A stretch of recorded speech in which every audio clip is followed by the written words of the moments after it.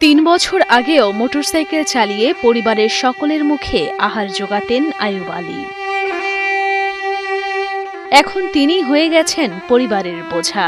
না পারছেন উপার্জন করতে, আর না পারছেন পরিবারের মুখে খাবার তুলে দিতে। আমি একটু বাঁচতে চাই, স্ত্রী মেয়েদের যে আবার আগের মতো যে উপার্জন করে যে খাইতে পারি। দিন দিন পেট ফোলার সাথে সাথে বড় হয়ে উঠছে আইয়ুব আলীর পেটের টিউমার। চিকিৎসক জানান, দ্রুত টিউমারটি অপসারণ করা না হলে হুমকির মুখে পড়তে পারে তার জীবন। ডাক্তার দেখাইতে পারতেছি না, টাকা বাগর পেটের মধ্যে টিউমার অপারেশন করা লাগবে, টাকা যে অপারেশন করা এই নাই, খাইতেই পারি না। পটুয়াখালীর কলাপাড়া উপজেলার নীলগঞ্জ ইউনিয়নের পূর্ব সোনাতলা গ্রামের বাসিন্দা আইয়ুব আলী শুরুতে দিনমজুরের কাজ করলেও পরবর্তীতে 10 বছর ধরে মোটরসাইকেল চালিয়ে যা উপার্জন হতো তা দিয়ে চলত সংসার।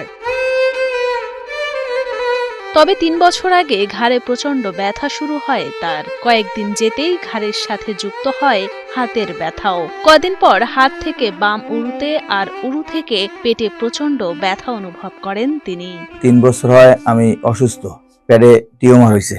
সে সময় স্বজন এলাকাবাসীর আর্থিক সহায়তায় ঢাকার একটি হাসপাতালে চিকিৎসকের পরামর্শে বিভিন্ন পরীক্ষা নিরীক্ষা শেষে জানতে পারেন টিউমার হয়েছে তার পেটে। টিউমারটি অপসারণ করতে প্রয়োজন বিপুল অর্থের, তাই তো অর্থাভাবে থেমে আছে আইয়ুব আলীর চিকিৎসা। আমার অনেক টাকা ডাক্তার দ্বারে টাকা পাওয়ার আমি এখন অপারেশন করতে পারতেছি না।